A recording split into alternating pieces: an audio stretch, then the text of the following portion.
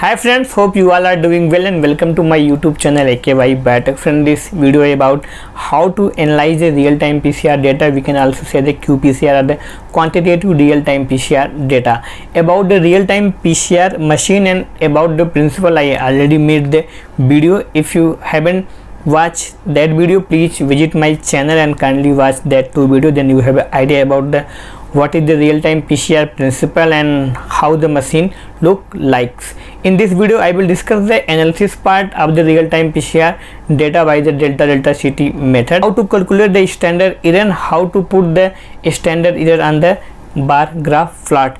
And this video is very helpful for the analysis of the gene expression. And if you are new at my channel, please subscribe the channel, like and share the video.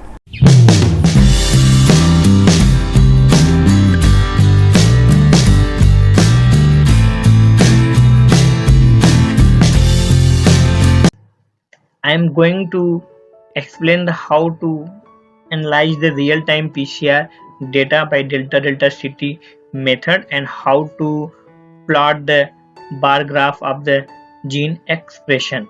Suppose we have the two samples, sample A and sample B. Sample A suppose plant number 1 and sample B suppose plant number 2. These are the two different plant. I coded here sample A and sample B, and we gave some state to that plant and we take the leaf sample. And after taking the leaf sample from control and treated, when you perform the real-time PCR by using the two gene. First I will talk about the 18S RNA, that is the endogenous control, that is the housekeeping gene, and our gene of interest is the gene X. By using these two genes you completed your real-time PCR, and after that you will get the CT value, means cycle threshold value. I already explained what is the cycle threshold value by making the two video. If you haven't watched that video, please visit my channel and watch that two video also, the real-time PCR and technique of the real-time PCR and the principles. Then after completing the PCR you will get the these CT value, and the PCR should be in the 3 replication. Then you will get the CT1, CT2 and CT3. Here is the same also for the 18S RNA and same for the gene X. Now you have to calculate the average CT value. This is the average CT value. Simply you select this and go to here and average, then see you can get the average CT value. Okay, see you can get the average CT value. Same CT value I can calculate here earlier.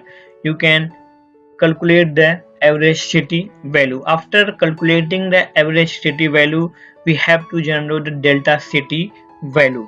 Generate the delta CT value, we have to minus the value of average CT value of the gene X minus the average CT value of the 18S RNA. See, the value of average CT value of the gene X minus the value of the average CT value of the 18S RNA. See, same we can drag it here, then you will get the delta CT value. After delta CT value we have to generate the calculate the delta CT value here.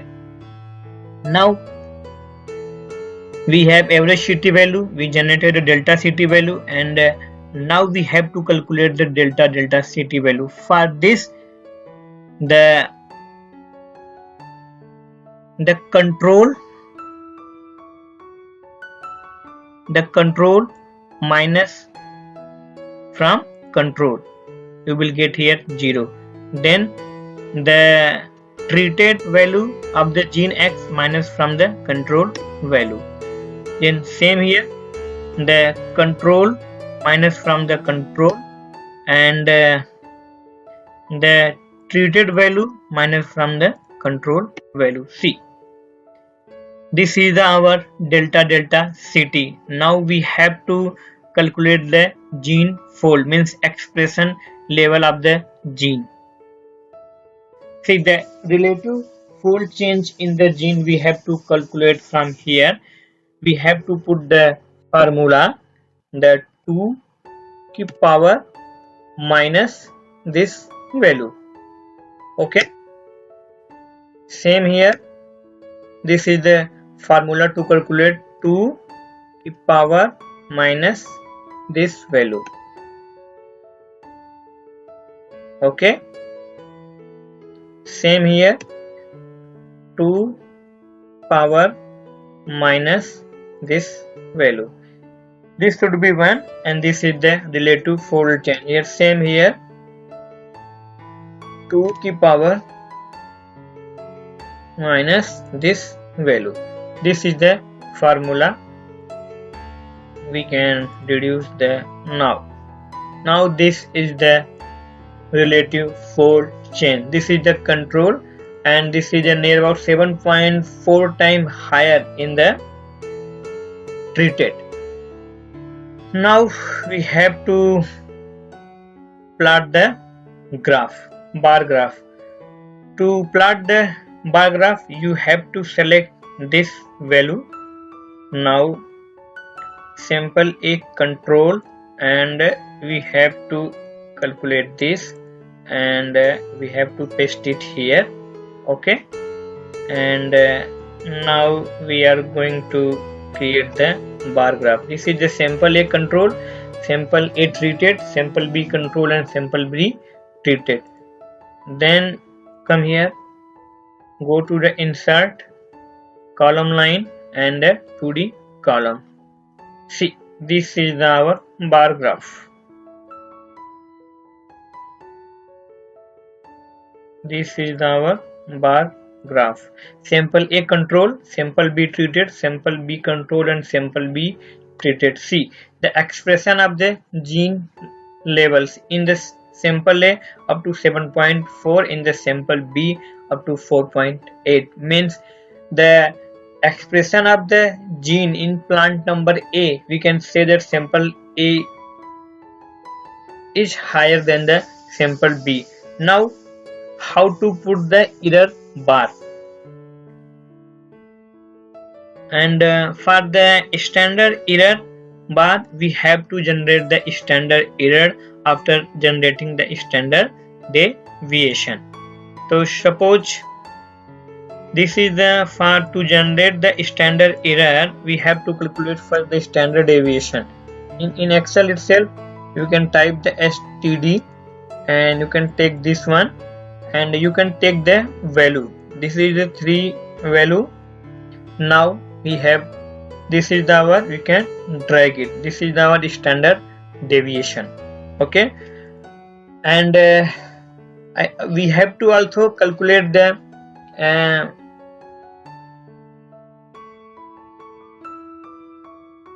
square root of the number of observation. For to calculate this we have to simply square root, we have to take this, and our number of observation is 3, means CT1, CT2 and CT3, 3 observation means 3 replication, we can simply put it here. This is our square root of number of observation. This is the STD, standard deviation, and this is our square root of the number of observation, this. Okay, and this is, now we have to calculate the standard error. Okay, to calculate the standard error we have to this divided by this, means standard deviation divided by the number of square root of number of observation. Now again here, this standard deviation divided by the square root of number of observation. Here we can find the, this is the standard error, standard deviation and square root of number of observation. Okay, and this is the standard error. Now to put this standard error in this bar graph, simply we have to click it here and go to the layout, and here you can see the error bar. Simply error bar with the percentage, error bar with the standard error, and see, this is the, now we have to put this is the by default error bar. Now we have to put this value of error bar in this. You have to simply click here and both side, and we have to select the custom error bar specific value. So for this specific value we have to select this value, okay, and for negative bar also we have to select this value and simply put okay. Now close. Now this is our error bar. So this is the total analysis of the real-time PCR data, how to analyze the expression of gene, how to plot the bar graph, and how to put the standard error.